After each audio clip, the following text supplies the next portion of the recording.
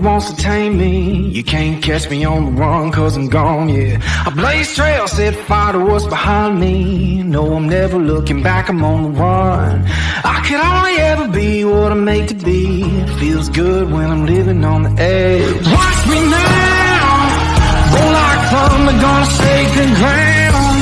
Can't stop me now, I don't give up and I won't back down. I'm a force of nature, can't be contained. I got lightning running all through my veins. Watch me now, watch me now.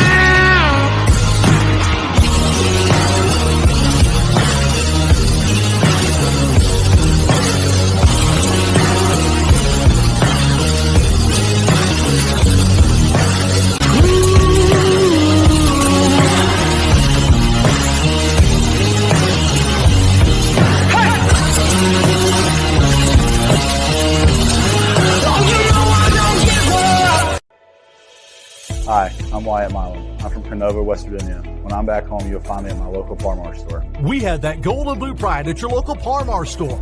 We are coming to your neighborhood soon. West Virginia, Kentucky, Ohio, Pennsylvania, and Maryland, we have you covered. Download the Par-Mar app and sign up for the Par-Mar Rewards Card.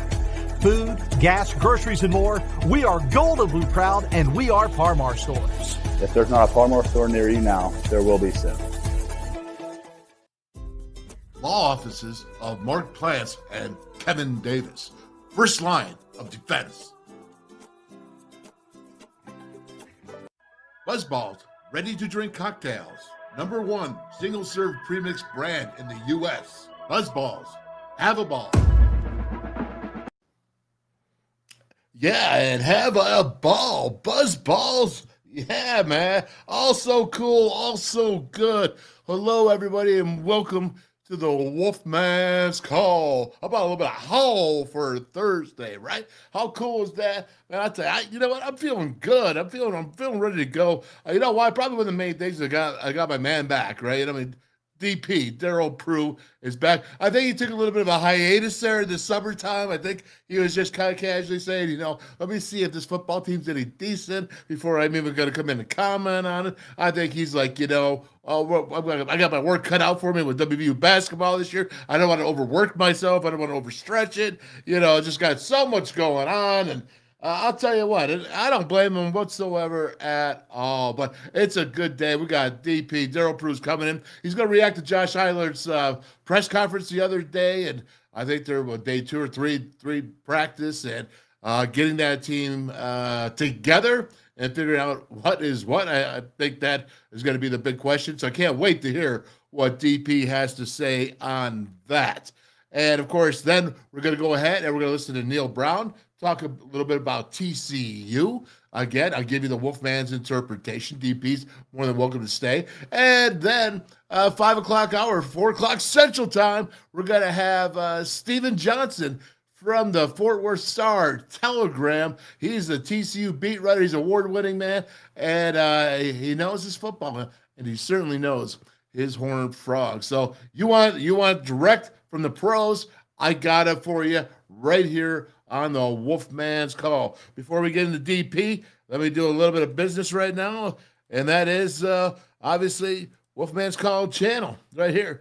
You know, YouTube. Hey, listen, man, I want you to go ahead and sign up right here to YouTube at Wolfley64. You hit that scroll bar, you go to YouTube, right? You punch it in, you hit that scroll bar or search bar in there, and you type at Wolfley64.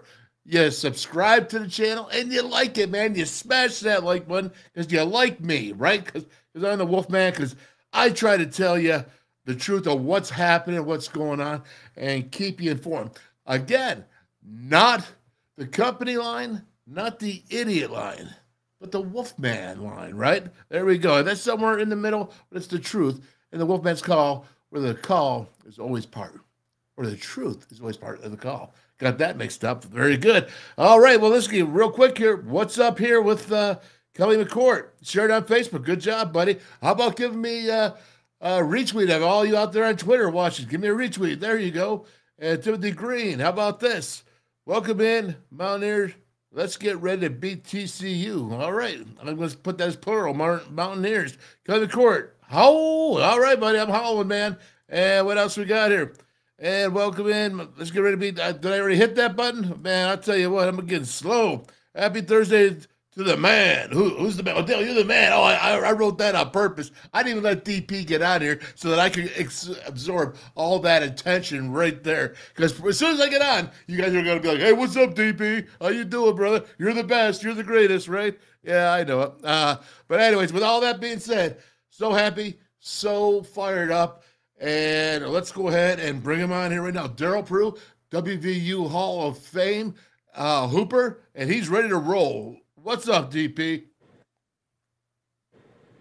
What's up, Dale? How you doing, man? I don't know. How'd you like that intro? I mean, I knew I was getting some love there, so I wanted to keep you off for a minute, just because when you crowd in my space, you know what I mean. It's like wait for me, okay? And even though you're a regular on the show, when it comes to basketball, you kind of take over the show. All that being said, you are taking away from me because right here it says, Dale, you are the man.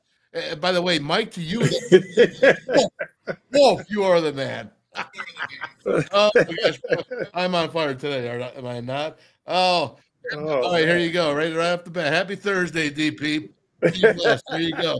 I mean, it's like clockwork around here with these folks. But anyways, Mike Valens just busted your balloon already, huh? They're unmerciful, man. They are. Well, what's been happening with you, man? Before we get going, what's going on? Why have you been avoiding the Monday shows from the panel? Nah, last couple of weeks, I got it. I have this little workout plan I do. School started. We had some back to school nights. I got a couple of kids I work out. I have a 6'10", 6'11" kid that's here. He's a junior this year. And another 6'5" kid out in Virginia that I work out. So I've been kind of busy with that. Okay. Before their preseason workouts. You got anybody good for us there that we're supposed to be recruiting? Because we'll tell them no. We'll tell them no. Yeah. Oh, I have a kid that's everybody has offers except for West Virginia. Come on, man. Are you making this up? No, I'm serious. I'm waiting for him to offer. Wait for him to call me. I'm like, Eric Riebel. He's from Europe. I told you he came over in January. 6'10" kid, right? 6'10", 6'11". Yeah, and his father was in town a couple of weeks ago. We was working out. Everybody's in offer. This kid's good. I mean, he's gonna be really good too. So what's the deal? Who do we got to contact? Do we contact Josh Heiler? Who do we do we contact I'll contact DeMar. I know DeMar, this is his area, but him or Deshaun, I'll call both of them. All right. And they need to hop on it, So well, I'll tell you what, I think they should, man. I mean, you don't want to lose out. How many guys has WVU missed out on in your time down there? Oh, let's say since you've left Georgetown, and how many guys? Man, at least one or two a year. At least one or two a year. Yeah. There was a kid that played at Penn State that wanted to come to West Virginia. They kind of dropped the ball. There was another kid that went to Wisconsin. It might have been a bit of a stretch. They never really recruited Hunter Dickerson. They didn't recruit Luka Garza. They didn't think he was athletic enough. It's been a few. Everybody miss out sometimes, but sure. That's normal. Right? But like the kid that went to I can't think of his name right now. Went to Penn State. He wanted to go to West. He was up there for an unofficial, and I was there in West Virginia, Morgantown. And then he played for TACO, was one of the AAU's organizations I coached with. And he told me him and his father they wanted to be there. He was a Huggins kind of guy, tough guy. He played hard defense, could shoot it a little bit. But he ended up going to Penn State and having a pretty good career. Well, what about the 6'10", 11" kid that you got now? What's his strengths right now? So I could go ahead and just at least know exactly what he's got there. So if they ask me, I mean, Jay Coos may call me up and ask me. He's like, Wolfman, what's going on, buddy? Who's the 6'11" kid that Dean's talking about? Yeah, he's 6'11", can shoot threes. He's playing down low. I'm working with his post game. He has a good feel for the game. He's young, but he's been playing with pros since he's been 13. He's from Switzerland. His father was Swiss, so he moved away from home at 13 to go play with a club team, and the club team, of course, has American pros. And when you work him out, he works out like a pro. He plays for what's the Adidas team here? Oh gosh, I don't know why I'm drawing a blank. But he plays for the Adidas team here, 16s this past year. He'll play 17s next year. He might be trying to go with the Nike team next year because he want to play in the EYBL. So we got to see about that. But it's like four of us that has a tight grip on him because we didn't want just anybody him going with anybody. So his father has a guy named Rodney Rice that played at St. John's in Richmond back in the days. His son went to DeMatha, and his son currently is with Virginia Tech. He was a good player. I don't think they got on. And another guy named Darren McClinton. He works out all the NBA players. He works out the Grant kids in the NBA. He also works out Hunter and Luca when I can't go out of town. So he's a guard guy. But we have our hands on him, and we're trying to keep our hands on him because he played for this team called Bullets here. Yeah. And IMG came in the summertime and tried to swoop him away. Oh. I mean, they was like, IMG down in Florida. Yeah. Yeah, they try to swoop him away. And it's like, oh, you ain't got to pay for nothing. You know what I mean? Like, come on down here and play with us. That's how good he is. You know what I mean? So, he's going to be pretty good. He got to play a little harder, just like high school kids need to. Sometimes the Europeans got to play a little harder, but I think he'll get it. What is he, 16, you said? He's 6'10", 6'11". Yeah. No, but 16? Yeah. You said he's 16 years old? Yeah, he was 16 when he first came over, so I don't know when was his birthday. He still might be 16, 17. Yeah. Okay, so he's 16, 17. He's got to figure out playing a little bit harder, but I mean, my gosh, you 16 and 17, like, yeah, that's everybody. and how many offers would you say he has right now? About 25. Oh, 25 offers. And this is a guy that you are directly working as a big. Personally, yep. Have a personal relationship with him, father, and everybody else that works with him. Okay. Where's the bat signal? All right. For the Wolfman studio, it's not the bat signal. It's the wolf signal, right? Hey, Josh Eilert. Woo! Hey, by the way, there he is right there. So we're ready to go. All right. So you listened to his his presser, really the first one, and probably the last 3 months since he's gotten the job. And I think, anyways, and let's correct me if I'm wrong. What was your overall take of the 42 minutes? Ooh, it was a little different. Mm-hmm. You would like for more positivity to come out of it. He talked about a few players here and there, but then at the end, he ended it for me, was kind of negative towards the team. You think negative? Do you think that's just a little bit of his youth at being a head coach, or being that, you know what I'm saying? Yeah, I know exactly what you're saying, but I think it has a lot to do with, if we remember, the coaching staff or Hugs and a lot of press conferences after games were talk bad about the players. It's the players' fault. If the players did this, didn't do that, didn't do this and do that. And I think some of that's carrying over to Josh, because the question was asked, do you think you have the talent for the Big 12? And he clearly skated around it. And it was re-asked again. And then he tried to clean it up the second time, but you can't recruit all them guys and say you don't have the talent for it. Mm-hmm. The Big 12.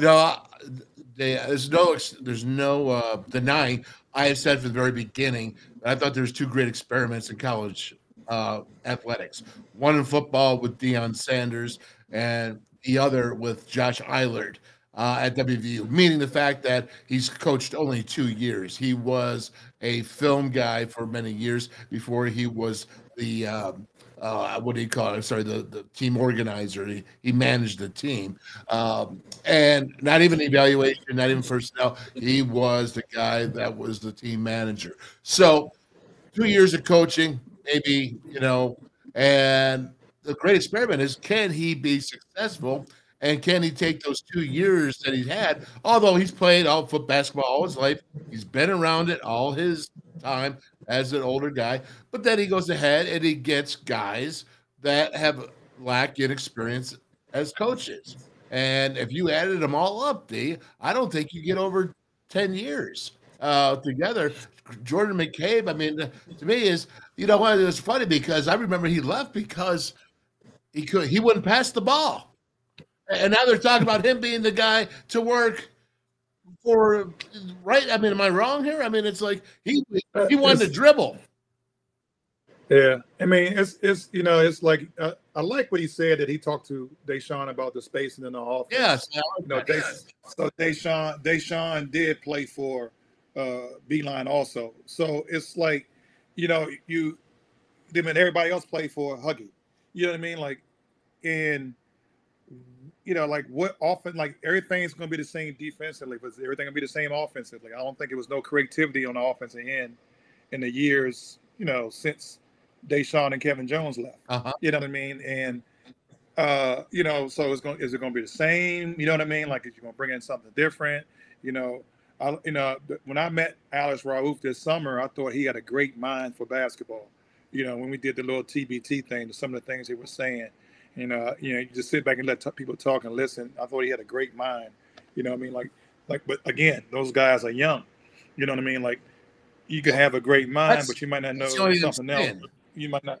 Yeah, that's the only thing I'm saying. You know what I mean? It's like it's youth, man. Yeah, you know, even like when I coached in high school, I wanted other good coaches to coach with me. You know, I didn't pick anybody. I wanted other people. And I wanted them to give me their opinion, their honest opinion, without worrying about what I thought. You know, I thought John Thompson III for me was great because, you know, he'll listen to everybody's opinion, and he'll, you know, formulate what he needed to formulate, but he would listen to everybody. And, you know, he gave everybody a chance. And I don't think that happens with a lot of these college guys because they're so stubborn and about their, you know, they've been winning and they're stubborn and, you know, they want all the praise. But it was good to see him to say he talked to Deshaun. Why didn't you talk to DeMar? He was there longer. You know what I mean? Why didn't talk? You know what I mean? Like, so, you know, it's I worry. You know, I worry. Yes. You know, I worry. Great. Yeah, Dickey's probably great because he's going to beat out objective mind. But, you know, sometimes it's not enough just to have one. Yeah. You know what I mean? I think you need a couple. Well, I think you get, you know, I mean, you know, all right. I just think it was a mistake to let Ron Everhart go into community relations at 40 plus years of coaching. So just saying, all right, you're going to go that way. You're going to do this. Let's listen to Josh. Let's give him a fair shot here at a couple of things. I couldn't do all 40 minutes because you know what? I don't want to be there snoring for everybody. All right, because it was pretty bland, but maybe he's doing that on purpose. But here we go. Let's roll it. What have they been like? You start with the recruiting, re-recruiting of the old players, the new recruiting. How did all that go? It's a balancing act. I think I spoke about it several times with numerous amount of media folk. I mean, you certainly didn't want to bring somebody into your roster, and especially with you know, you're trying to build a foundation, right? And you got a certain amount of kids you think you can rely on that's going to stick around, but you never know bringing someone in during that 30-day period. Well, whether they're going to, you know, upset the boat and rock the boat a little bit with somebody you already have on the roster. So it was a very delicate situation.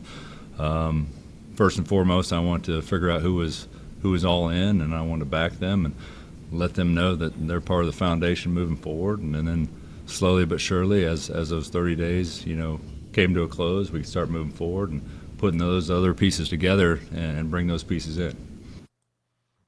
What's your take on that? I don't think he said anything that was relevant to anything. I mean, like, you know, you talk about that 30-day period. You bring in big fella. You ain't think the other three fellas was going to leave? You know what I mean? Like, or, you know what I mean? Because they brought him in early. So was it because they left because you brought him in, or they left because they announced the wrong candidate for the job? Let's be honest. You know what I mean? Like, they stuck around until Huggy got fired. Mm-hmm. Then they stuck around that week until they named the person who's going to replace him. You know what I mean? And then all the bigs left. You know what I mean? So, you know, it's, you know, who did they bring in he was the only one I thought you brought in that was, you already had 2 or 3 people that was already at that position. You know what I mean? You had 2 centers. You had Wagyu. Yeah. You had what's the Aquinawa, the other big guy. Yeah, I mean those 2 guys that was pretty good contributors this year. So one of them thought they was going to start, or both of them was going to start, depending on their development. You know what I mean? Then you bring in somebody else and say, hey, they still stayed. Maybe someone, talked to him, and he said something about re-recruiting. You don't re-recruit. You take care of them while they're there, so they won't leave. And if they do leave, you're not surprised, and you can recruit, as they're, deciding on that they're leaving or not. You don't wait till like, oh man, they left. You should have known they were leaving. You should have known they wasn't unhappy. You should have known something was up. You know what I mean? Like that's the relationship building part.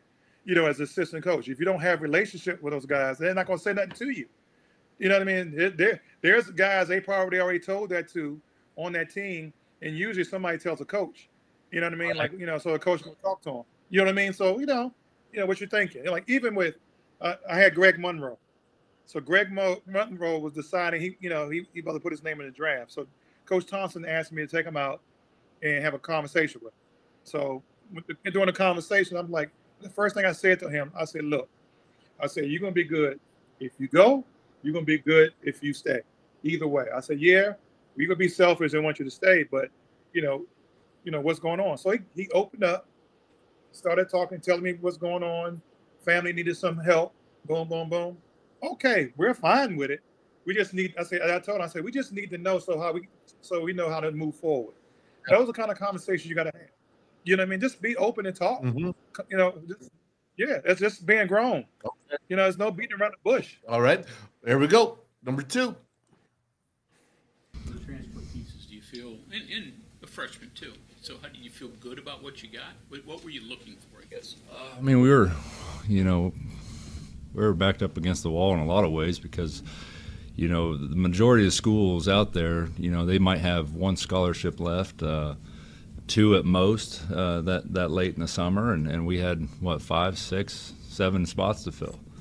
So we were backed against the wall and had to kind of get creative in which direction we went recruiting wise to figure out how we can best piece this roster together and put a competitive product out there so we can compete in the Big 12.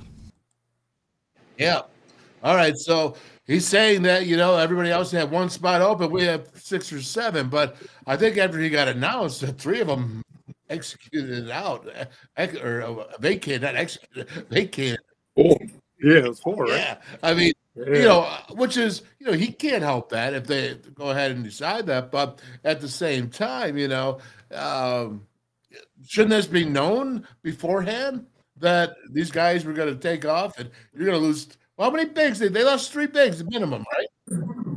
Yeah, they lost very good one. Trey Mitchell. You know what I mean? Like you lost 17 points a game and 9, 10 rebounds a game right there, like off the bat. Then you lose, O'Connell, who was your energy guy coming off the bench, and big Wagyu, who, went to Alabama. So, you know what I mean? Like, I'm like, the big kid coming in is pretty good. That's a pretty good, it's a wild get. You know what I mean? But like, you talk about you don't want to disrupt your team, but that disrupt the team. You know what I mean? But then not knowing those guys was going to leave is, you know what I mean? That worries me. Then all the other positions, you know what I mean? It's like, woo, you know what I mean? Like, is it put together the right way? And, are the guys talented enough to play in the Big 12, or they're just a bunch of good players at lower levels? Well, let's get to this next one, because what I did is I actually cut up the presser so that I moved some questions forward here. So let's get into some of the other stuff. Along the same lines, the way everybody's kind of fixated upon the portal and the work you guys have done, but you grabbed freshmen for this year, but also some of the, I know you can talk specifically about some of the future recruiting you're doing.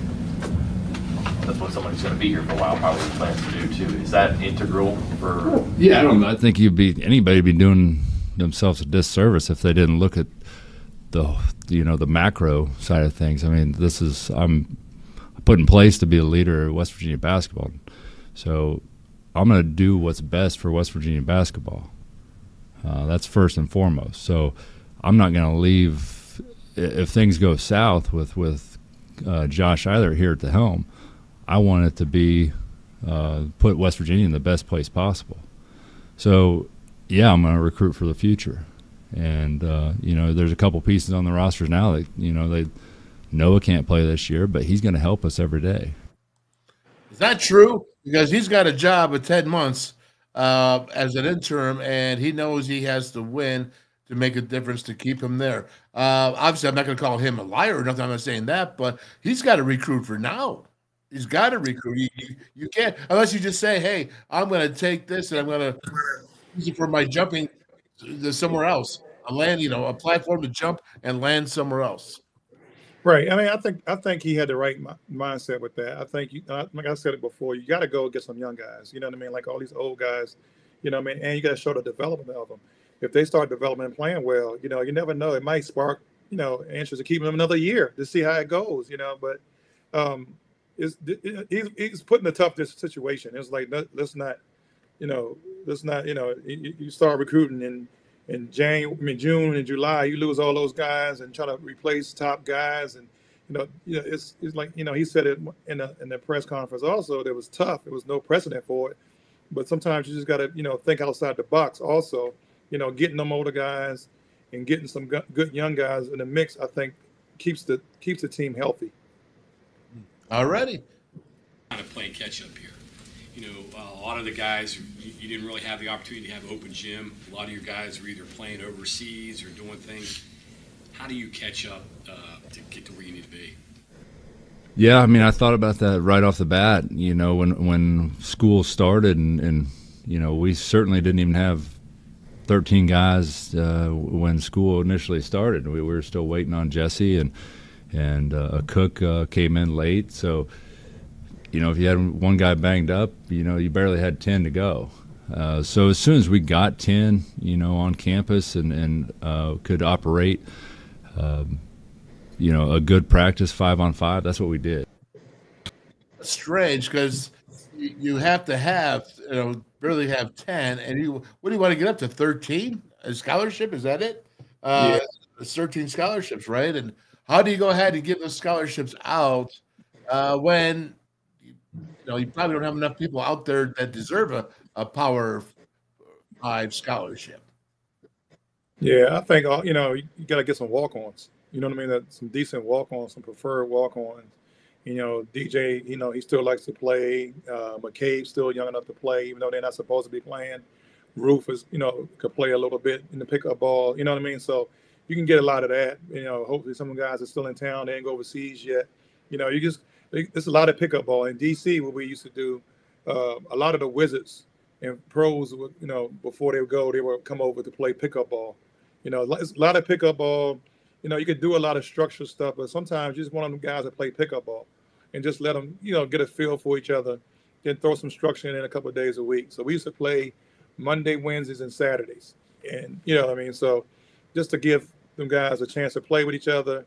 Sometimes if a guy's really good, we put him on a team that's, young and make them try to win, just to learn how to win and stuff like that. It's just all structure doesn't mean you're getting a feel for each other, Mm-hmm. All right. To do well. We're really good. Our offense is really coming along. Defensively, I every time I sit in a staff meeting, we drill defense and we drill defense and we drill defense, and I worry that every time we get to 5-on-5, we probably don't do as good a job of carrying all those things over. So that's probably my biggest concern, carrying some of those things over, and because you look at these rosters, it's such a revolving door. So all these guys have their, I think we got 4 fifth-year guys. They've all come from different defensive backgrounds. So trying to figure that out and think it's going to happen right away, it's not. Okay, good point. It's not, because we saw that with Bob Huggins and everything. So getting into gel. What's he saying here now? Is that, listen, you just got to need time? Is that what it is? You just got to practice this fall and hopefully you get a gel in there? You got 4 fifth-year guys. At least you got fifth-year guys. Yeah, but that's what they were doing all last year. Remember, try to gel the first 2 months, So it's like, sometimes as a coach, you got to not be stubborn. If you know these guys' strengths, sometimes you got to adapt to their strengths instead of worrying about what you know how to teach. You know what I mean? Sometimes you got to reteach stuff because I think, just like the kid from Syracuse, all he did was playing zone. All right, so throw some zone in there. He might help you out with some stuff. You know what I mean? Because if he's better a zone guy, if he's one of your best players that you're paying almost $1 million to, make it work around him a little bit. Because you definitely said the backup guy, you might throw him in a game every once in a while. He's 7 foot tall, so he might not be a man guy either. But you got to be able to. I thought Huggy was his best when I was at Georgetown, and when he mixed the defenses up, he used to do that 1-3-1. He played that hard man, get you. These guys not playing hard man to man no more. You might have to throw some junk out there, just to throw teams off, So change up, right? Change up. Yeah, just change up. You know what I mean? Just like in football, you can't have the same lineup every time because they'll exploit it. So give teams other things to try to scout, and that's a lot of work. No doubt. Jesse sat in a zone and 2-3 zone at Syracuse for 4 years. So, and like I talked about earlier, we don't have a whole lot of depth there at the 5. So, one of my main focuses is trying to keep him out of foul trouble. Oh, well, that would be go play zone. Yeah, I mean, right? And man, if you're really going man, if you don't have depth, you're gonna that guy's gonna be worn out by 3/4 of the season. Yeah. Well, so you're saying Jesse's gonna play the whole game? You know what I mean? Like that's 40 minutes a game. You know what I mean? Like so, it's that's my point about you're not giving other guys confidence. Because you just said Jesse's playing. I need him to play 40 minutes a game. He can't get in foul trouble.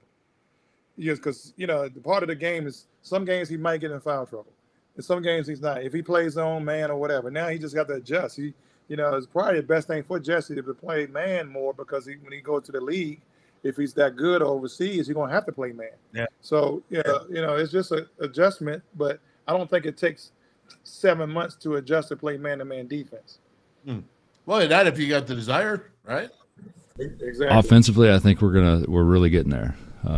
Each and every day we're making progress, and now I got a little more time to work with them every day and can slow things down with myself and the assistants. I think we're going to get there. But we're excited about that, and we're trying to play as fast as we can. Really push the ball and put the playmakers, get the playmakers involved, and keep Kerr in a decision-making mode because he's a pass-first guy and he's going to get everybody involved. So that's exciting. That's exciting to me. But yeah, I have my concerns on the defensive end. But we're day 2 of practice today. So okay, so I get it. Is this nothing more than travel ball? I mean, do you feel like we're coming together and you got a bunch of players out there and just put it together? And I don't know, man. I mean, what is their offense? I don't understand what he's talking about. Maybe you do. Well, it goes back. He's been 15 years in this same offense. In the last 5 years, the offense has been what, Dale? Stale. Mm-hmm. You know what I mean? It's been very stale. So you get a guy, you tell him about Kerr is a good passer. You didn't say something such was a good shooter. You didn't say such was a good scorer. You know what I mean? Like, it was a question asked that, what kind of offensive system you're going to run. Yeah, he didn't answer the question. You know what I mean? Or we just going to push the ball up court. Well, you can't push the ball up court all the time and just get easy buckets. You know what I mean? Unless you're going to shoot early in transition. Sometimes those are a lot of bad shots. So what you're going to do when you need a bucket? You know what I mean? Like what you're going to do to get the flow of the game. What you're going to do control the tempo of the game on the offensive end. And, you go back to defense and, you worry about the defense. So is the defense that bad and the offense is scoring that good in these little 2 workouts? Or, you know what I mean? It's just no defense at all. You're just getting the rebound and pushing it out. Or you hoping because he said something about offensive rebound. There's a guy that's been offensive rebound because a lot of misses. And, I mean, it's like, that was part of it. It's like part of your offense is offensive rebounding. That should be secondary or third. All right, I'm going to hold that question here. Let's go ahead and the next one. What about this specifically offensive? You want to spread the floor, or what's your philosophy in terms of offense? Well, my philosophy is Deshaun Butler and I sat down from day one, and he's been a great influence on myself, and he spent time in the NBA. So we've done a lot of things with our spacing and keeping corners filled and keeping the ball in the right hands. And we've put in a lot of sets so far. Now we're looking at trying to put in some continuity so they can flow in out of the sets into the continuity. And like I said, it's not the prettiest thing right now, but hopefully in a month's time it'll be a well-oiled machine. Now, I hear what he's saying, and I get it. But see, here's what the first thing he does is what he's saying, what's your offensive philosophy? Well, the Deshaun's. Okay. Am I wrong when I'm saying that? So what I'm saying is I'm the head coach, but again, I'm not ripping on Josh, but what I'm saying is you're alluding to the fact that your buck doesn't stop here with you. Oh, okay. This is a young coach that has to go ahead and have authority. Have authority, man. And the first thing you say is, well, I got with Deshaun, and he was in the NBA. I don't think that's a good vibe, man. I don't think that's a good message to be sending out, not only to your team, but to your other coaches. Yeah, Deshaun was what? In the G League, right? He was coaching the G League. DeMar Johnson played 8 years in the NBA. You don't mention him about spacing. You know what I mean? Like, it's like, you say if guys fill the corner. So to me, it's going to be a lot of screen and rolls. So it's going to be a lot of screen and rolls. So the guy Kerr, there's going to be side screen and rolls and middle screen and rolls. So then you say continuity after that. Is it continuity? You know what I mean? I haven't seen continuity out of pick and rolls unless there's a lot of side screens, back screens, down screens. It sounds like the kid Kerr is not shooting the ball from the press conference, and he's more of a facilitator, which is not bad, but you got guys that got to finish at the rim and shoot jumpers in the corner. No, I don't think he's any Marquise from Kansas State. Right. But Marquise had that other animal beside him, too. Yeah. No, I know, man. I'm just laughing because of my hang up on Marquise. Yeah. We both love Marquise. Hey, best player I've seen in 10 years, man. Best player I've seen in 10 years. I'm telling you, there's no doubt about it. Okay, so, again, I don't want to sit there and do nothing but constructive criticism here. So I'm thinking about this as a head coach. He's got to start taking that authority where, listen, if I'm going to go and I'm going to start swinging, I'm going to swing on what I'm going to swing on. Do you know what I'm saying? Is when he starts to defer because he's being a nice guy, he's trying to give Deshaun some credit. Say, listen, man, no, I need some people that's going to support me. I'm the captain. I'm the coach. I need some foot soldiers that are going to support me. Some, pawns. I'm the king. However you want to put it. You have to support me, and I have to act like. That's what Bob Huggins did. It was all there. When did you ever talk to an assistant coach in basketball? When did they ever get interviewed? Yeah. So like when he asked the question, he stopped, paused, and didn't have an answer for the question. Mm-hmm. Let's be real. He didn't have. It's not. I'm not trying to bash Josh. He didn't have an answer. What's your offensive philosophy? He said, now, me and Deshaun talked about it this summer about spacing, yada, yada, yada. He coached the NBA. You're right. You gotta, you gotta have something. If he was more experienced, this is what I'm gonna do. I'm gonna have a free flowing offense, a lot of motion, boom, boom, boom. He didn't say that. Multiple sets. Multiple sets. Yeah. I might change it and adapt it to my, to the players we have, and it depends what kind of players I have and when I see them in the workouts. Didn't say none of that. Yeah, he clearly did not answer the question. Yeah, I think it's he's just sitting there, and he hasn't done this very often, and maybe he had something in his mind of what he wanted to say, but it came out. All right, let's do one or two more of this, and. Stop too far. Give me a look at individually what each of them has done so far. Who you want to start with? Front court. Jesse, like I said earlier, he's certainly going to have his challenges trying to figure out how he transitions from 2-3 zone mentality to man-to-man mentality, and we're doing some different things ball screen coverage wise to protect that and not get him and put him in positions where he's going to be in foul trouble. But he's as long a rim runner out of a pick and roll as we've ever had. So those guys that handle the ball and can throw that up to him, I mean, it's gonna be easy to rack up some assists with him. Putting that pressure on the rim, but also you put guys around him like Raekwon and Seth that can make shots. I mean, all that help's going to have to sag back in with Jesse and open up all those shots on the perimeter. How do you stop the pick and roll? Zone. Zone? Zone. Go to a zone, or I trap the ball really hard. Because, or I go under the screen. If Kerr is not shooting the jump shot, I go under the screen and meet him on the other side.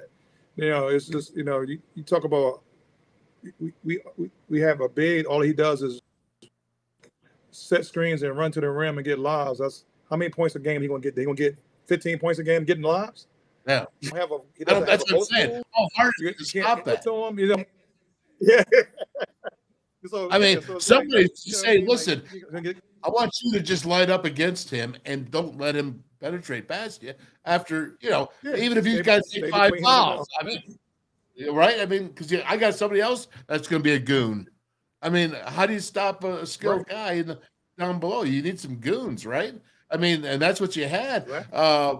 And so I guess what I'm trying to say is, how do you take as good as Jesse is, that is okay, as a Jesse Edwards, right? As good as he is, and you go ahead and you lose the other 3 dudes. All right, we're talking about Okonkwo, and you're talking about the other guy. What the hell? Wagoo. Yeah. So you lose all that. How can you justify 1 for the 3? You can't. I mean, I'm not saying justify if they go, they go. You can't help that. But you can't make up for that with the 3 are there. You could put all 3 out on the court together, and you would have some dudes out there. This guy Jesse, and now you're saying he's got to transition to man. Like, I mean, you're not. Yeah. You're not. I always want to use my players' strengths. All right. If I got Garrett Green, I am not dropping back in the pocket all the time and having him as a pocket passer. I'm moving him all over the place to throw the ball and using his legs, what his assets are, right? That's what I would do. And I would do that with any sport, with any talent. If there's a specific talent going in one direction, I would go ahead and try to focus on that instead of saying, you're going to play in my system. How about if I make my system more built around what you know? Because you're only here for a year. Right. But think about this, though. Am I wrong? Yeah. Think about this. Everything he said is what they can't do. You know what I mean? It's like what they can't do. Everybody has weaknesses. We all, as players, former players, we all had our weaknesses. Cannon never focused on what I couldn't do. You know what I mean? Sherman Douglas, his coach didn't focus on what he couldn't do. Danny Ferry, nobody focused on what he couldn't do. Deshaun Butler, what he couldn't do. You know what I mean? It's like, what can this kid do? You maximize what he can do, and you help him get better with the other things. You know what I mean? Like, you don't keep on saying what they can't do. He can't do this. He can't do that. He can't do this. He can't do that. We've been hearing that for the last 3-4 years from this program. And players got tired of hearing that stuff. You know what I mean? They got tired of hearing that stuff. So when you think somebody's going to go run through that door for you, when you go to the press and you turn around the crowd and telling them, I told them they don't know what they're doing, they don't listen. No, you don't do that. You don't go to the media and say what they can't do. It's on me. I got to fix it. As a coach, I got to fix it. I got to find a way to make them do it. You know what I mean? If it's running, if it's talking to them, it's showing them over again. You know, I got to figure out a way to get them up to speed. I got to set the standard so high that they keep trying to get it. You know what I mean? So it's like, we've got to stop saying he can't do this, he can't do this. You keep talking about 1 or 2 players, and we're not talking about everybody else. Mm-hmm. You know what I mean? What else can Wilson do besides hit an open 3 sometimes? Well, can he play man defense? Right. I don't know. Right. All right. Okay. That's it. I want everybody to know Dale Wolf is getting me banned from all the basketball games at West Virginia University this year. Yeah, exactly. I'm telling you what, this is out of here. We're done with Josh for right now. But you know what I really wanted to get at here, Dave, was you know, there's got to be something to the point of we talk about experience, and they say experience is not a problem. They said that experience here in this situation is not a problem. That Josh was the best for this situation, and because it's an interim, it's so late, or why they went down. And this is what you have, though, is you have people like yourself that have coached that are saying, you're not telling us the full story. Or maybe it's because of his inexperience that he's not telling it. It's not that he's trying to hide it, not that he's go negative. Maybe he doesn't understand. Like, let's just say, Deion Sanders, what does he do? He empowers his people. He tells you, I believe in you to go out there and go do that. And he tells that to the press. And he tells that to everybody who will listen. He'll stand on a gosh dang mountain and yell it out until everybody's done and tired of listening to him. But he doesn't talk about their negativities. And you know, let that be. I thought the same thing. I'm going to be honest with you because this show is about the truth. And so when we're talking about, don't think that we're hating on Josh. We're not. But we are understanding that he's got shortcomings in experience. And this is what we talk about. There's no experience, and when so it goes back to this too, and there's a lot. It happens a lot, especially in college basketball. So he's been with Huggy for what, 15, 17 years, coaching and playing, right? So who are you going to model yourself after as a coach? Huggy. That's all you know. So all the things he's saying and how he's saying it is kind of what Huggy would say in certain ways. So is there anybody in that office that would go against Huggy? The one that would go against him, they got rid of him in January. You know what I mean? So, you know, I remember this before we went to the Final Four at Georgetown. We was in a coaches meeting, and at the time I was like the video coordinator / ops guy. Mm-hmm. So the assistant coach, the top assistant coach said, we need to bench Roy Hibbert and play smaller in the Big East back in 06 and 07. I said, no, you lost your mind. I said, we're 7'2", 6'9", and 6'9". I said, we got to play to that strength. Yeah. And then the jump shots will be open. Me and the guy got along great. You know what I mean? It's just a difference of opinion. Doesn't mean I didn't respect his opinion. Didn't mean I didn't like his opinion. I didn't agree with it. You know what I mean? And me being correct or not correct, it was the right thing to do for that team. Yeah. Roy Hibbert became an NBA player because of that season, because he kept getting better. That's what you got to empower these kids. You got to see what they're good at. You got to say, oh man, Jesse does a good job of blocking shots. He didn't say anything positive about the guy. He only said a positive thing about one player. That's the player I guess he has a waiver. He's trying to get the kid battle. And what he said in the press conference is he was saying how athletic he is and how that translates to the Big 12. He didn't, he said something good about Kerr. He's a good facilitator, but we begging him to shoot the ball more. Why are you telling people that now in September? Mm.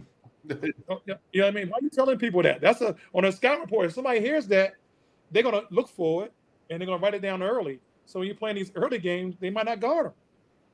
So, it's certain tricks to this game where, you know what I mean? Like you can't reveal all your information and tell everybody everything because it'll turn around and backfire on you. Would that be something like holding it close to your vest?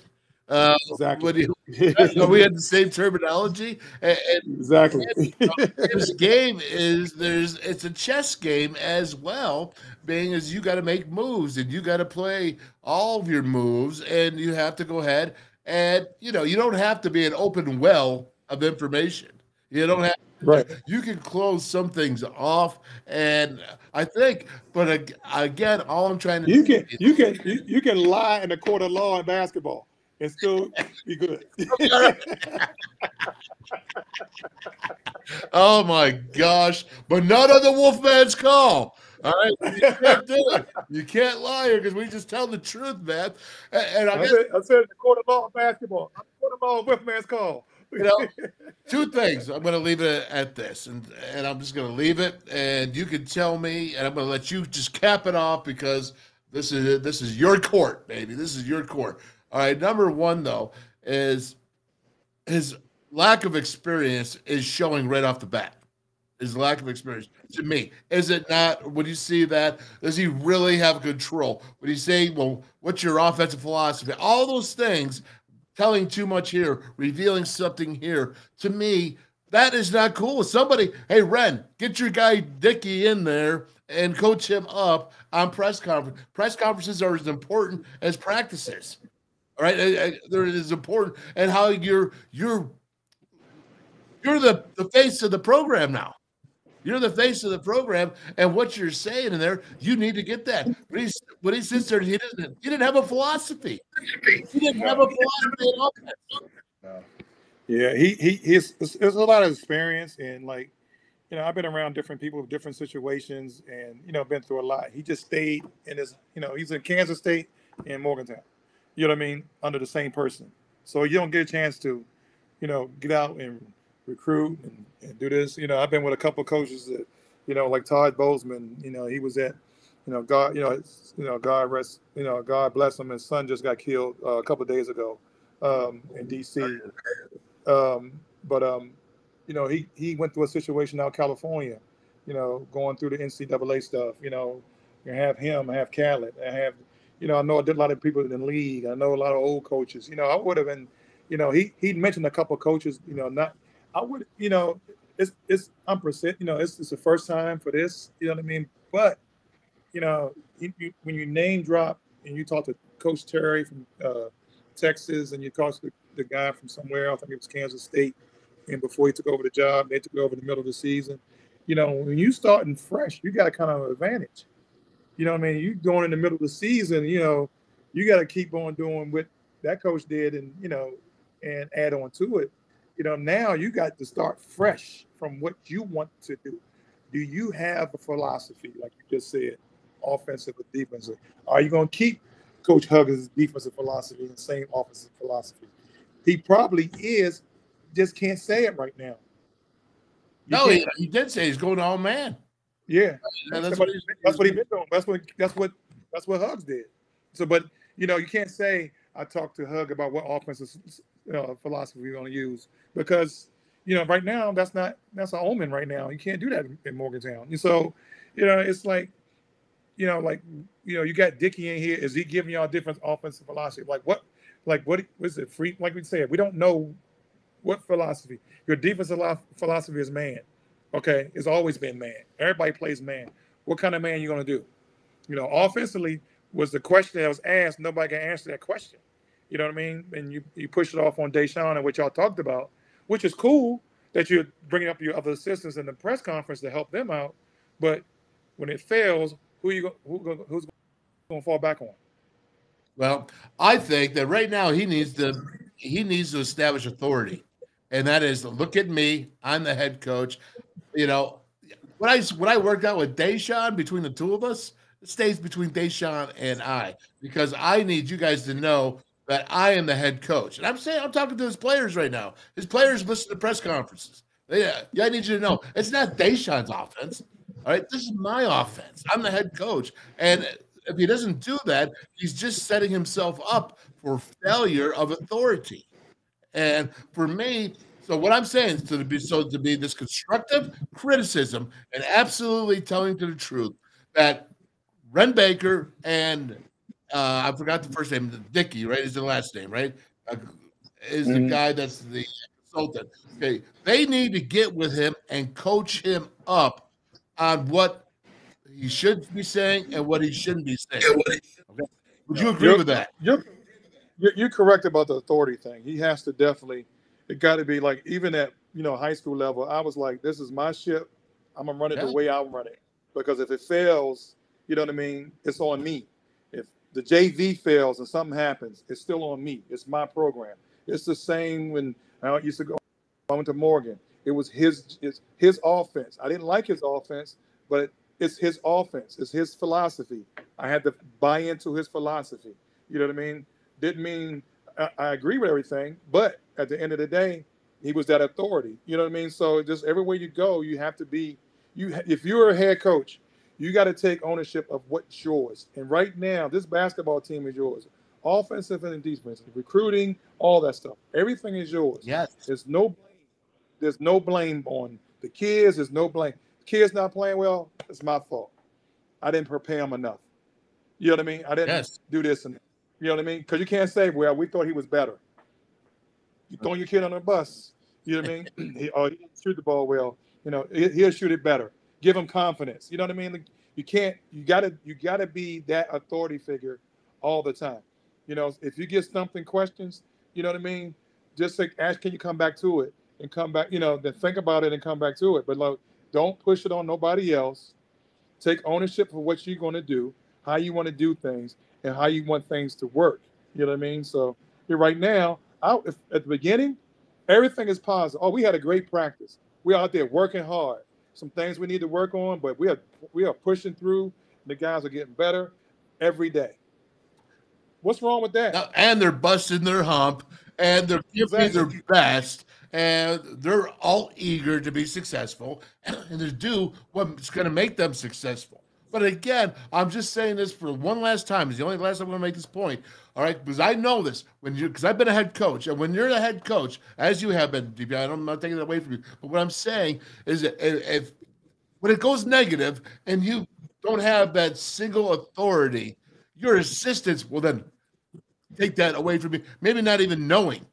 Right, so you got to make sure that they're all on board, knowing who's the boss. Not I talked about spacing here because he was in the NBA or whatever it was. No, you can't have that. It's got to be this is my ship. Yes, we all talk as a staff because that's what we do. That's what staffs do, and they all have input. Yes, but this is my show, and none of you better know anything different other than that, and you better be telling that to the players. And that's the biggest downfall I see right now is that if you don't establish that, you never will. Not here, not at this place, not at this time. Yeah. Big John Thompson told me a couple things, not much, but a couple things. He said it should be one voice. Mm-hmm. You're only supposed to hear one voice. He said if you want to make a correction, you go to the player and be quiet. Or, you know, sometimes I go to John, and I'll say something to him. You know what I mean? And he'll make the adjustment. Not me. He'll make the adjustment. You know what I mean? Once the team was established and I was allowed to do that, then he'll let me do it. Just like Huggy gave Coach Harrison that authority to do all that stuff before, then try to take it back when things wasn't going well. So, you know what I mean? But, you know, you got to have, at the beginning, it has to be Coach Eilert. It has to be Josh. Yes. You know what I mean? He has to be, everything is his. From the managers, the secretaries, you know what I mean? Like everything, the facility, everything has to be his. So, and it has to be done the way he wants it done. All right. Even game day operations. Yep, I agree with you 100%. And listen, man, I got a rope, DP. You know, WVU Hall of Fame basketball player. You know how much I love you, brother. But I'm kicking you off the show because we got to move on. Yeah, we got to get going. I got another pro coming in right now, man, and his name is Steven Johnson. So I appreciate you, man. Great hour talking hoops. I can't wait till we start that back up again. I can't wait either, my man. And stop avoiding me. Stop avoiding. I gotta come to I want to come to a live football game, but them hotel prices are off the hook. Well, you always got my place to stay. All right, brother. Take care, man. All right, Daryl Prue. Man, I tell you, he just laid it straight out. That's what I love about the show is the guys that I bring on, they just tell you the truth no matter what. It's not the company line. It's not the idiot line. It's right there in the middle where the truth usually is just about there. As much as we try to see it and know it and to be fair. All right, everybody. Well, listen, I got a great guest right now, and he's from the Fort Worth, the Star Telegram, and he's a TCU beat writer. Stephen Johnson, he's award-winning. Let's welcome him to the show, the Wolfman's Call. Hello, Stephen. How are you, sir? Hey, I'm doing all right, man. How about you? Oh, I'm doing great, man. Hey, how hot is it down there in Texas, Fort Worth? Technically, it's cooling off. I think it's in the 90s right now, but man, it's hot down here, even as we get closer to October. Yeah, there's no doubt. When does it actually cool down to where it's pleasant? Like, because the game's at 8 o'clock at night. How hot will it be there? It should be fine at 8 o'clock tonight. I mean, 8 o'clock on Saturday night. It'll probably be maybe in the 80s, maybe high 70s. That'll be perfect football weather. So West Virginia, the temperature probably won't be an issue for West Virginia this weekend, I don't imagine. Okay, very good. Well, okay, so I said you're award-winning reporter. You're TCU beat writer for the Fort Worth Star-Telegram. You've been around to some other places, but you just recently started hanging out and doing the full TCU thing, right? Yep, I got here in July before last season. So Sonny Dykes' first year was my first year, and obviously I guess I got perfect timing, man. I got here at the right time. Obviously, TCU was not only great, but if you heard some of the stories about Gary Patterson and media access, that could probably be another topic for another day. So I came here at the right time. They're pretty good, and actually they're pretty open with their program as well, too. All right. Well, that's fantastic. You know, that's true about Gary Patterson because I've heard some stories. Let me ask you this. How good of a singer and guitar player was he? How good? Not sure. I honestly haven't heard much about it. Like I said, I got here after he left, and I think so much of they were very appreciative, obviously, what Gary did. Gary helped put that school on the map, not only athletically, but also academically. We know what sports can do for the academic side of your program, but you could tell they were ready for a change.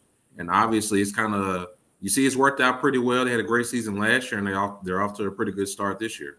All right, very good. All right, so listen, you can follow at Stephen M. Johnson on Twitter, at Stephen M. Johnson. He had a great article yesterday about why this offense of TCU is not satisfied.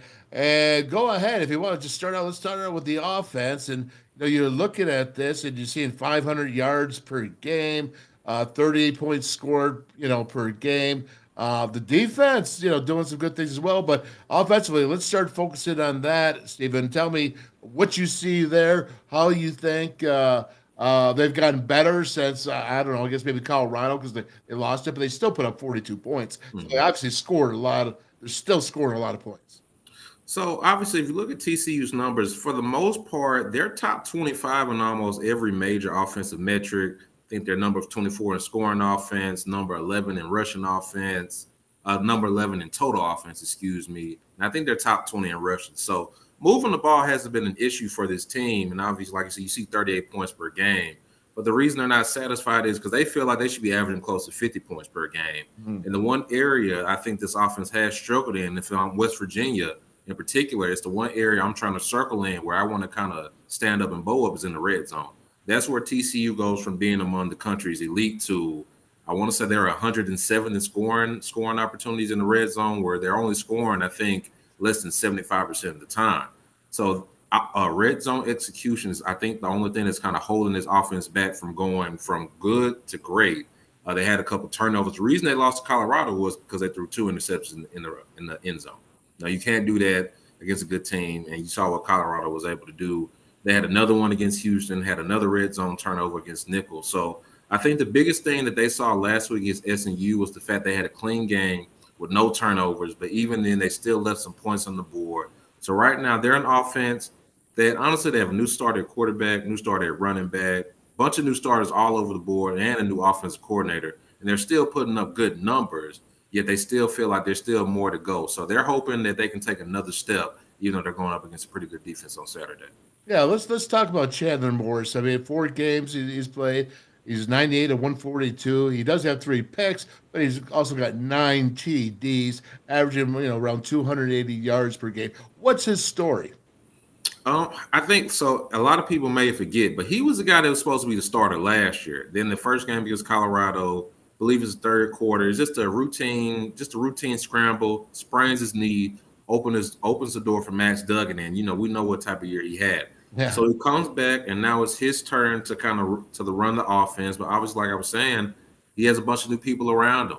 He has a bunch of new receivers, a bunch of new offensive linemen, new offensive coordinator. So there's been some growing pains, I think, initially, especially in that Colorado game where he does some good things, but he does have those costly turnovers. But I think each week you're seeing him get a little bit better, a little bit steadier. He's seeing the field a little bit better. And I think the thing that's kind of been unlocked the last couple games is his ability to move the chains as a runner. He's not the power runner that Max is, but I think just as a scrambler, because he hits his top speed really quickly. I should say that. So if he touches the ball, he brings it down. He hits top gear pretty quickly, man. And I think they're kind of leaning into that a little bit more. And I think he's a guy. He's getting more rhythm. He's using his feet. I think he's closer to being the back 100% mentally. Physically, he's there, but he kind of talked about how he didn't trust his knee in that first game against Colorado. He didn't trust it to kind of take off and pick up some of those first downs. So now he's starting to evolve. And I think right now, I think he's a top 5 quarterback in the Big 12, and he's still, like the rest of the offense, he still has some room for improvement. But I think right now they've been pleased by what they've had, and I think he's kind of getting more mature and he's getting more steady. No turnovers last week, which is big for them. Yeah, certainly big for that. No turnovers. You get the goose egg. Talk about Kendall Briles. And I remember I was broadcasting for WVU back when his dad was at Baylor and Kendall was there. And now he's been in 4 different spots, and it seems to me like he's really matured and he's putting up big numbers. You can't deny. Yeah, obviously, his track record speaks for itself. The hire was a bit controversial when he got here. Obviously, he's coming from Baylor, and obviously they had that scandal back there. Mm-hmm. So he's kind of fighting this, I don't want to say an unwinnable battle. There's always going to be a segment of the TCU fan base that I don't know if it ever is going to fully warm up to him. But I think overall, he had big shoes to fill with Gary Riley going to Clemson and all the starters gone off to the NFL at graduation. And I think, like I said, so far he's been doing a good job. I think the only real complaint you can really have about the offense is sometimes they get a little too cute, and I think that also leads to some of their struggles in the red zone. Like there was one possession last week against SMU where, you get inside the 20-yard line, and instead of running right at them, you run a sweep with Savion Williams, and maybe you lose a yard or two. Now you're behind the chains, and then boom, you got to settle for a field goal. So sometimes I think he's still learning his personnel, just like they're learning him and learning the scheme. But overall, you have to be encouraged, man, when you're averaging close to 40 points and over 500 yards per game in this portion of the season. It's funny because I wouldn't have thought, again, I think if I go back to Art Briles, and he always ran the ball, but he put up great receiving numbers and throwing numbers as well. His team, I should talk about or say that about. And here, there's no doubt, but you have, Imani Bailey and Chandler Morris at 6 yards per rush. You guys TCU is committed to running the ball. Yeah, absolutely. Imani Bailey is currently leading the Big 12 in rushing right now. And this was a guy last year. This was how special TCU's backfield was. They had 2 NFL backs in Kendre Miller and Amari DiMercato. Yeah. Then they had Bailey last year, who led the conference in rushing yards per carry. Obviously, it was a small sample size. So now it's his running back room. It's his time now. He sees the opportunity. 3 100-yard rushing game in the first 4 games of the season, man. He runs hard. He's only 5'9", man, but he's a load to bring down. He's explosive when and once he sees the hole, he hits it. That's my favorite thing about him as a running back. There's no tiptoeing. Once he sees that gap, he's going through at full speed. I think TCU's offensive line, it's another area. They're not as great as last year. There have been some growing pains and new starters, but overall, they've been kind of moving people out of the way, establishing a run game. So I think right now, and like you kind of said, the Browns offense, people see the vertical shots and all the points, and they think it's a high-flying offense. But everything they kind of do is predicated off of having a strong run game, the RPOs and all that nature.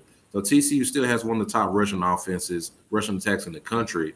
I think Imani Bailey could be kind of one of the keys to the game on Saturday. Yeah, go ahead. Tell us about your tight end. I know he's pretty strong, and West Virginia has a good tight end. But how much is the tight end involved in the game? He is definitely involved a lot in the red zone and on third downs. I think they're still trying to find ways to get him the ball even more. It's a big target, 6'6", 250. Obviously leads the team in touchdown catches, and he's going to be Chandler Morris's favorite red zone target. I think he could be a guy that could see his draft stock kind of go up just off his measurables and things of that nature. With him, you just want to see him continue to play with his frame, play like you're 6'6", and that means high pointing the ball, being a little bit more physical as a blocker. But Jared Wiley, he's on pace to have a career year, man, and he's enjoying a lot of success in the Kendall Browns offense. Yeah, looking at this film, I thought he stood out some for sure. There's some really nice things.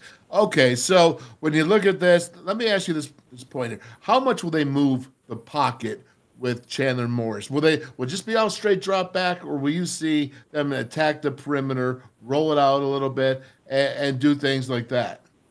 I think if they attack the perimeter, it'll be more so when Chandler is improvising. I don't think the play action bootlegs and things of that nature haven't been a big part of the offense so far, but obviously they're still installing new stuff every week. I don't think they put in the full offense. But I think what you will see, they will try to attack the perimeter of the West Virginia defense in different ways. They'll try to get some of their sweeps going, the jet sweeps, some tosses and things of that nature. But in terms of the passing game, it's pretty much drop backs, whether it's going to be a quick screen pass or a three-step drop. So yeah, I think it'll be a little bit more traditional in that sense. But TCU is going to go extremely fast with the pace of the offense. I see that J.P. Richardson is receiver that's leading, and he doesn't have any touchdowns, but he's leading in receptions along with Jared Wiley. What's this receiving core like? Because West Virginia has a receiving core that's right now kind of not doing much. And I think you guys are in this kind of same situation with a whole bunch of new receivers, but you're making impressions and they're making catches. Well, the thing about TCU is they've been rotating so many guys that I think they're starting to get to the point where they're finally starting to finalize on those, maybe their 6 or 7 top guys. So I think that there's plenty of talent. I like TCU's receivers. I just think they need to – the coaching staff is still trying to figure out the hierarchy. They've had a couple of guys get dinged up. As for J.P. Richardson, he's an Oklahoma State transfer last year. I believe he was top 2 in touchdown catches for them. Yes. So he's a really good slot receiver. He's been dealing with some injuries, but he's one of those guys where 9 times out of 10, the ball hits his hand, he's going to catch it. He has good speed. He can stretch the field from the slot, and he's another guy that they'll be trying to be creative with in the ways they get in the ball. He might get it on the sweep. He might get it on the screen or something of that nature. So right now, I would probably say he's TCU's best receivers, and the numbers aren't impressive. But the thing is, man, TCU has had, I want to say almost every game this year, 8 or 9 guys have caught a pass every single game, man. So that's kind of one of the reasons you're not seeing those big, 100-yard receiving games like we were seeing from Quentin Johnston last year.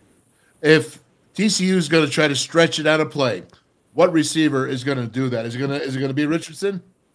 I think they wanted to be Jalen Robinson. Robinson was a UCF transfer, went to Ole Miss for a year as well, too. When he's at his peak, man, he's probably the fastest guy on the team. So I think right now, honestly, the vertical passing game is probably the one thing TCU hasn't been great on. Mm-hmm. They're really great, obviously, kind of in that intermediate range, but they're still working on hitting some of those deep balls. So Jalen Robinson, he hit a long one to Warren Thompson, but if you kind of see it, they haven't hit those, 40-plus, 50-plus yard bombs just yet. So that's honestly another area of the offense they want to improve in. But the guy that I think they will look at to stretch the field will probably be Jalen Robinson. Fast, I bet. All right, so let's go ahead and move it on over to the defense. If you can, Stephen, describe this defense for us, because it's not the 3-3 stack that West Virginia used a decade ago. This is a different 3-3-5 with 3 safeties, a little bit like Iowa State does a little bit, but it's different still. It's their own knack. And go ahead and break it down for me if you can. Well, the 3-3-5, obviously, they keep their 3 linebackers on the field. They keep 3 safeties on the field, Mark Perry, Bud Clark, and Josh Foster. So, to me, it's a defense, the way TCU runs it, they like to do a lot of drop and aid coverage and really making the quarterback have to fit balls into tight windows. Preston Stone from SMU really struggled with that. Sometimes it's really good against the run. I'll say that. TCU is one of the top rushing defenses in the country. They've really done a good job of not letting teams kind of dictate and kind of establish their will on the ground. But with the passing game, at times, even though TCU leads the Power 5 teams in sacks, it's almost feast and famine a little bit. Whereas when they only rush 3, it's either they're getting back there and getting the sack, or he has a lot of time to throw, which can put a lot of stress on the secondary at times. But I think right now, when you look at what they did against Colorado to what they've been doing now, they've only allowed 2 offensive touchdowns in the last 3 games. And one of those touchdowns came in garbage time against SMU when the game was decided in the 4th quarter. So right now they're tackling better. They're getting after the quarterback a lot better. and you're seeing less coverage breakdowns in the secondary. So kind of like West Virginia, they're starting to play their best ball. This is the defense that brought back 7 to 8 starters from last year's team. So this is what they thought they were going to see in game one. Obviously, it didn't happen like that. But they've gotten better, man. They're starting to get more confidence and starting to play like the defense that they expected to be. Yeah, with all the sacks that you guys are experiencing, is it just the 3-man, or are they doing all kinds of blitzing and different direction and, not let the quarterback know? They're starting to be a little bit more in with their blitzes and sending those extra guys, because the problem obviously you saw against Colorado was Shedeur just had too much time to throw. And I think TCU is starting to take more gambles the way they get at the quarterback. But truthfully, a lot of times they're still sending 3, but the way they'll use Jamoy Hodges, he's almost like he's half spy, half delay blitz. So let's say, for example, Garrett Green's able to go on Saturday. If he's dropping back and the initial 3-man rush doesn't get there, but he steps up in the pocket, he looks like he wants to break, Jamoy's going to start flying at him, and then he'll kind of come in as that 4th rusher and kind of come in for a sack or force him back into the defense. So it's about being more creative. Right now, honestly, when they only send 3 guys, Paul Oyewale has probably been the best guy getting to the pass rusher and getting to the quarterback just in those situations. But honestly, you're seeing more blitzes. You're seeing them use kind of delayed linebacker blitzes. And really just if the 3-man cannot get to the quarterback, at least force him out of the pocket to where one of those roaming linebackers kind of come up and make him uncomfortable or get the sack themselves. Is the secret of the defense the safety? Is it Perry that comes up that he can fill in that box against the run? And so they're only giving up 85 yards a game in the rush. That's huge. Well, against the run, Mark is probably the key safety. He's the guy that kind of fills in, and he's kind of like that last resort. So he's a great box safety. Against the pass, it's more so of Josh Foster / Miller Bradford. They play what they call the nickel safety spot, which is normally kind of that 3rd corner some teams use. TC obviously use a 3rd safety. So they're the guy they have to help in the run game. They have to match up with the slots. They have to match up with the tight ends. There's a lot of stress on them. So I think that's probably the biggest position. That's the biggest key, because if that position can be attacked in the passing game, that normally means that the middle of the field is open for the opposing offense to kind of do as they please. Yeah, no doubt about it. You know what I love about the defense, and I see what Perry, as the offensive line, when they count up, when the center sits there and points out the mic and they figure out who's in the box, he's out of it. And they can't account for him. That's why I see him coming in as a free hitter a lot. And I think he really does his damage that way. I really think that's what a key to that defense. Am I right or am I wrong? Yeah, absolutely. Like I said, when it comes to he really thrives against those teams that like to get physical, that like to try to thrive in the box. He's definitely been one of the leaders of the defense as well. So he was actually a Colorado transfer. So just what he's been able to do, kind of bring that physicality to the back end of the defense. I would probably say he's the best tackler in the secondary for sure. So I expect him to be active, especially on Saturday, especially if West Virginia wants to play in the box. I believe so, and I think they're going to. There's no doubt about it. They want to run. So when you look at this West Virginia team and you look at they like to run the ball. Even Garrett, I think Garrett is going to be able to play. That's the word right now. I have absolutely no 100%. I'm saying so. That's what I hear. So I think you're going to see both of them, Nico and Garrett, and they're both running quarterbacks. How do you think that they're going to attack the West Virginia offense, knowing that they like their tight end, Cole Taylor, the 6'7" tight end? They like 12 personnel a lot with 2 tight ends, Traylon Davis on the other side. But they also have not been able to get the receivers going, except for the first game, Devin Carter, the transfer from NC State. He had 6 receptions against Penn State, but no other receiver has really done much besides going against the Duquesne, which is FCS, right? So what do you think, how they're going to go ahead and attack this offense? They're going to try to shut the run down and make Garrett Green or the quarterback beat them in the air? What are they going to do? Well, I think, that's probably going to be the plan. They want to play physical. TCU, for the most part, they're not really a team that switches up a lot from their alignments. I don't want to say there's going to be a bunch of them just putting 8 guys in the box every play and things like that. You're going to see mostly them in their base defense a lot, 3-3-5. They'll move guys over, but for the most part, you'll see 6 people in the box, and they'll trust their safeties who kind of move around all over the formation and kind of come and help out with the run game. So I think they're going to kind of buckle down on that, CJ Donaldson and the quarterback run game, and force whoever's the quarterback, Garrett or Nico, to drop back and have to kind of dice up their secondary. Shedeur was able to do that. Other quarterbacks haven't been able to do that so far. Obviously, they're led by Josh Newton, an All-American corner, first team, All Big 12 cornerback. They've gotten some good play at the other cornerback spot with Avery Helm. He's banged up at practice. I'm not sure if he'll go or not. But if not, they have Channing Canada, who was one of the top-rated junior college cornerbacks last year. So they like their depth at cornerback and the way they've been able to play. So I think right now, the best way to attack TCU is really if you can attack them vertically, especially in the seams. I think, if you're going to play in front of them, that's kind of what they want. They've improved their tackling.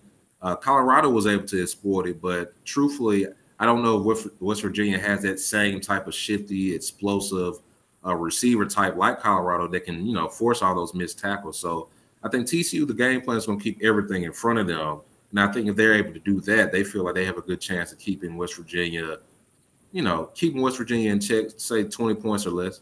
Yeah, I understand.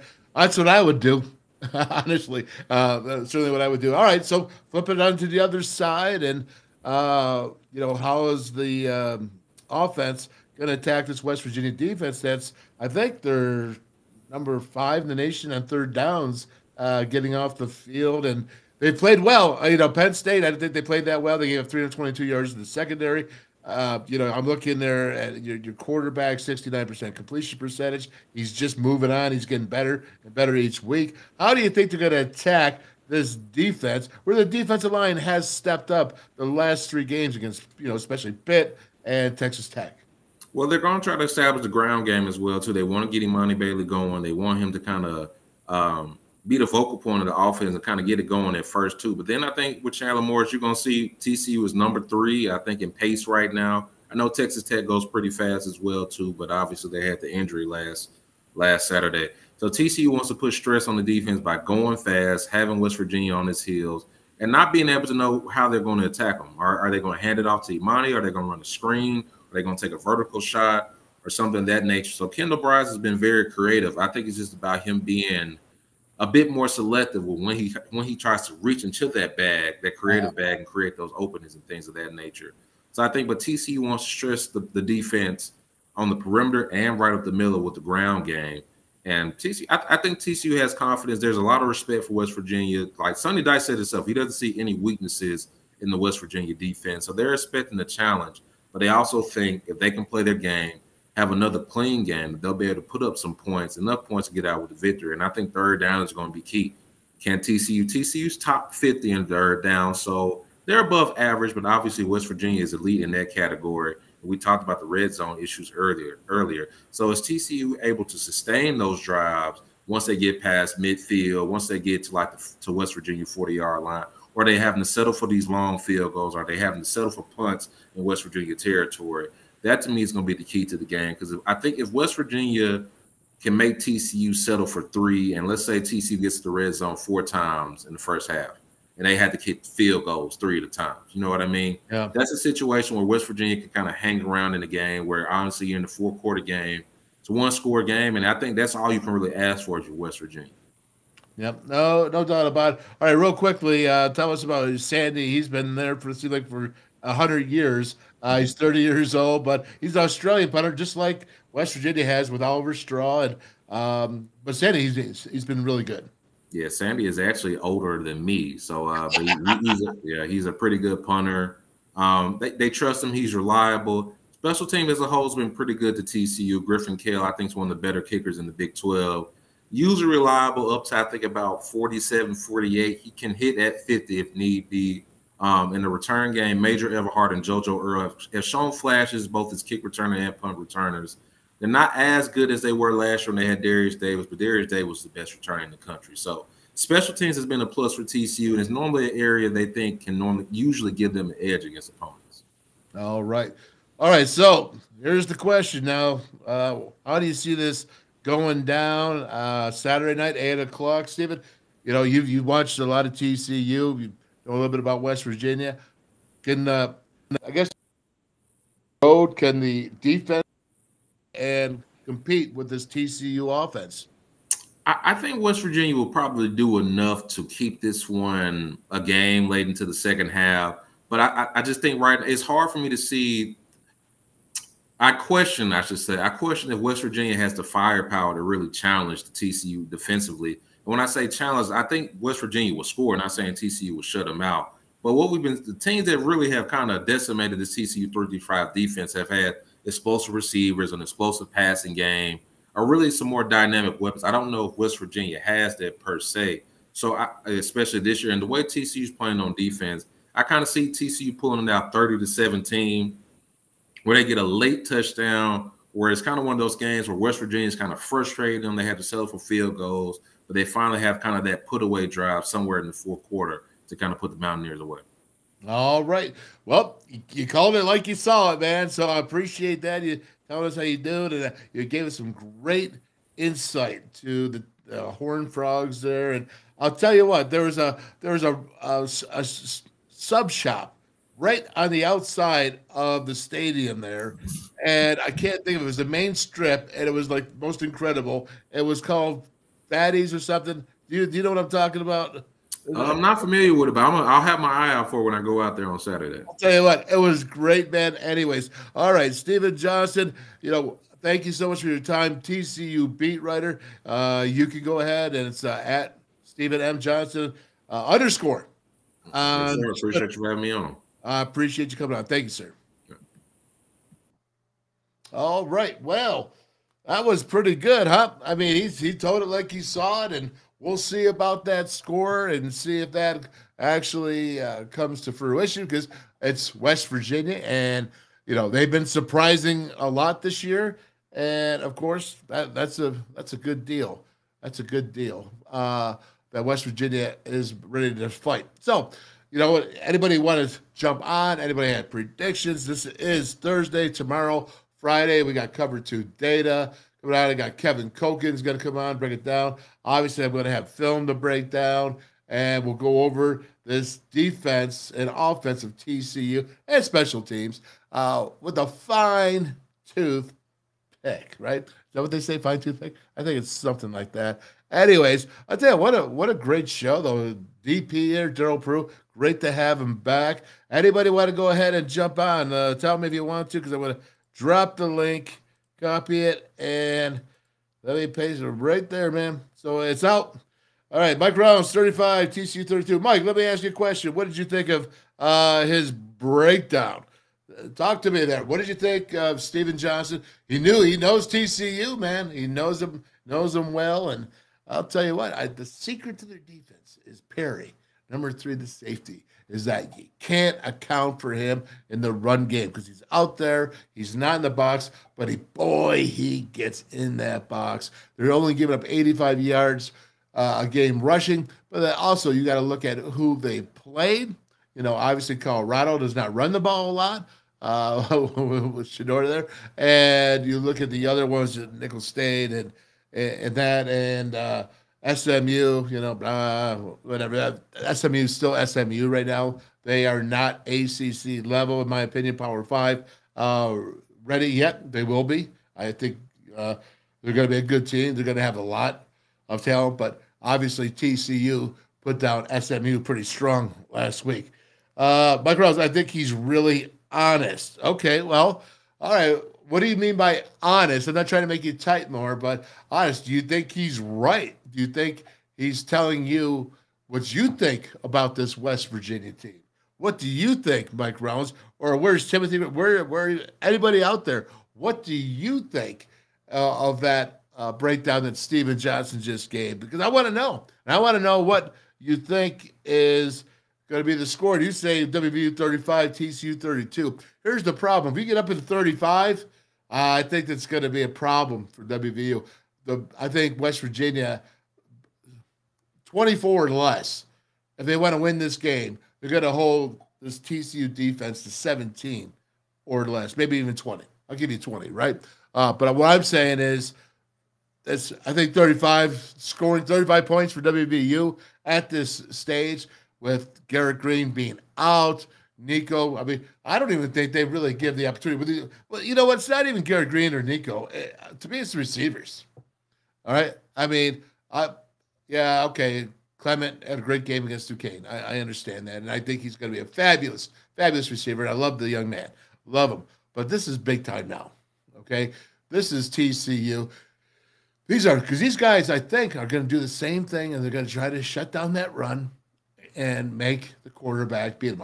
I would do it. That's what I would do. I would take away the best thing you do, and that is run the ball. And then I would go ahead and put somebody on Cole Taylor. I would put somebody on Cole Taylor. These receivers have to show up, and they have to come out and perform. Carter, all those guys. All right, I'm thinking Cortez Bryant. It's time, man. It is time to come on out and do it. And Mike Rose, no, I think he's just like all the rest of us. He's guessing. I'm not guessing, Mike. All right, I'm not.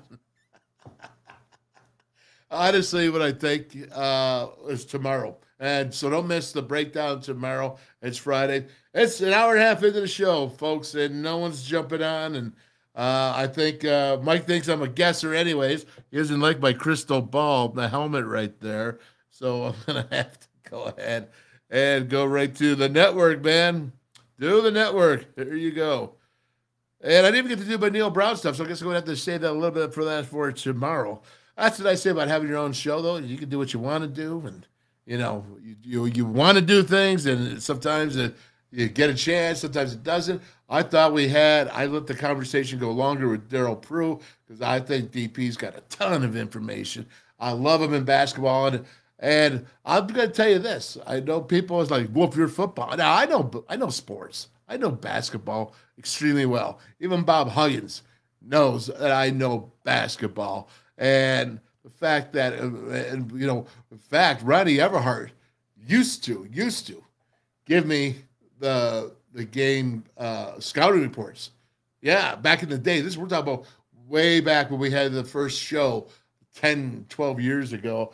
And obviously Hugs let him do that, but he'd give you this report so I could do it for the show that we had right there at the basketball facility. Lacey Neff, God rest his soul. Lacey and I did the show there. It was about Keglers. It was a great show. I loved it. Loved it.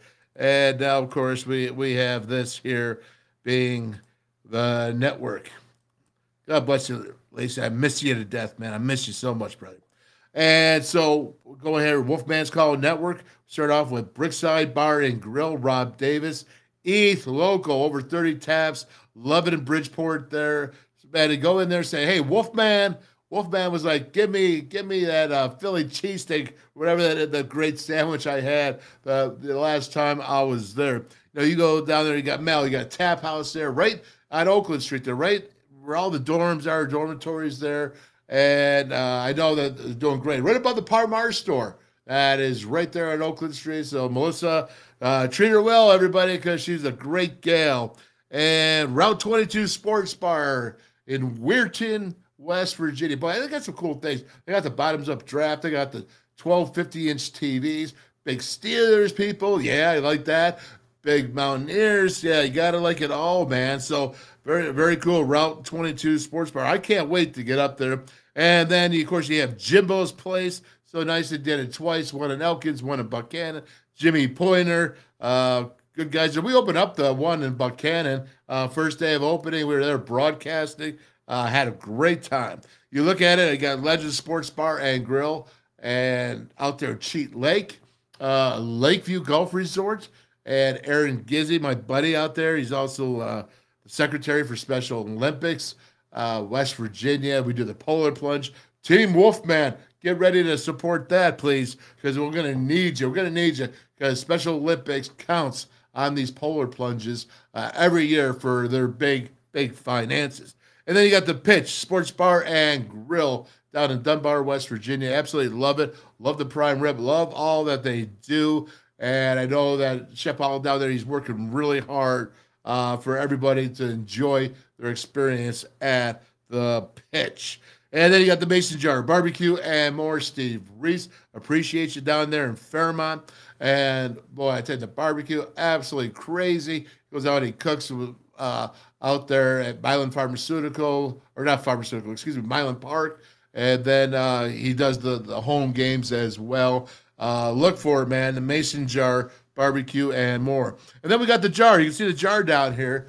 restaurant and hot spot. They're taking over the Mason Jar there right in Morgantown. They're doing their thing. They're kicking it up, doing a great job. Appreciate it that they stayed on with Wolfman's Call Network and watching it right there on the YouTube. Make sure you sign up on YouTube as well. Cantrell's River City Grill and Pub down in Hinton, West Virginia.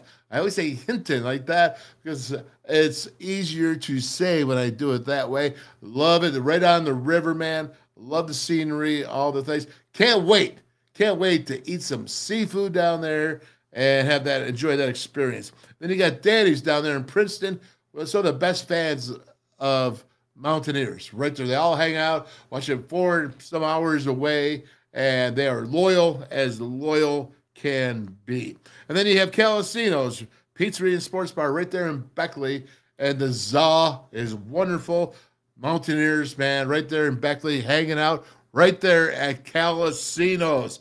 And, of course, you got Archie's up in Pittsburgh on East Carson Street. The wings, everything is cool. East Carson Street is cool in the city of Pittsburgh, and Archie's is a big part of that street. So, again, enjoy when you're up there. And, hey, check out the Wolfman's Call. Watch it. Get there around 4 o'clock.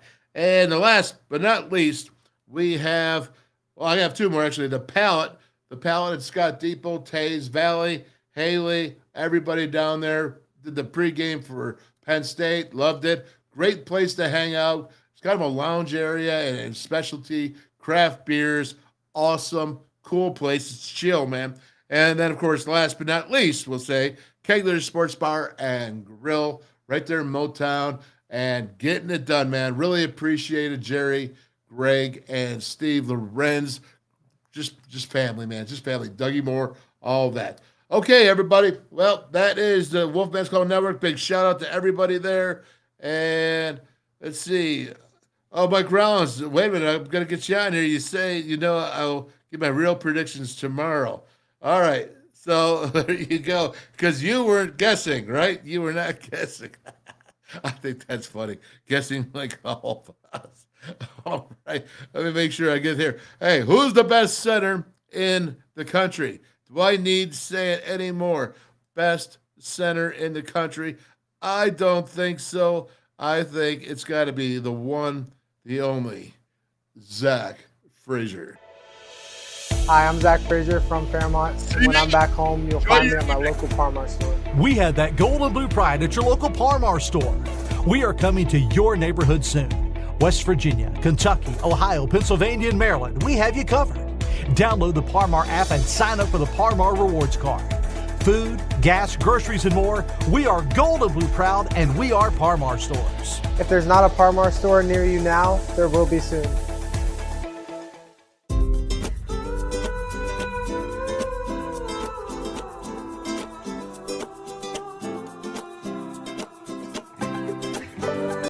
Buzzballs, ready-to-drink cocktails. #1 single-serve premix brand in the U.S. Buzzballs.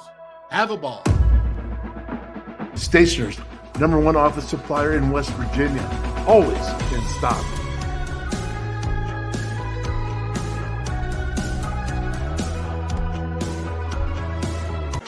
How many? The Anywhere, Anytime Chargers, powering a connected world. Never buy AA batteries again. Rechargeable 500 times plus. Paul Mini AA USB lithium battery, as easy to charge as your cell phone. Sustainable energy. Stay charged. Go green, save green. Feel the power of Paul. Order now at paulmini.com.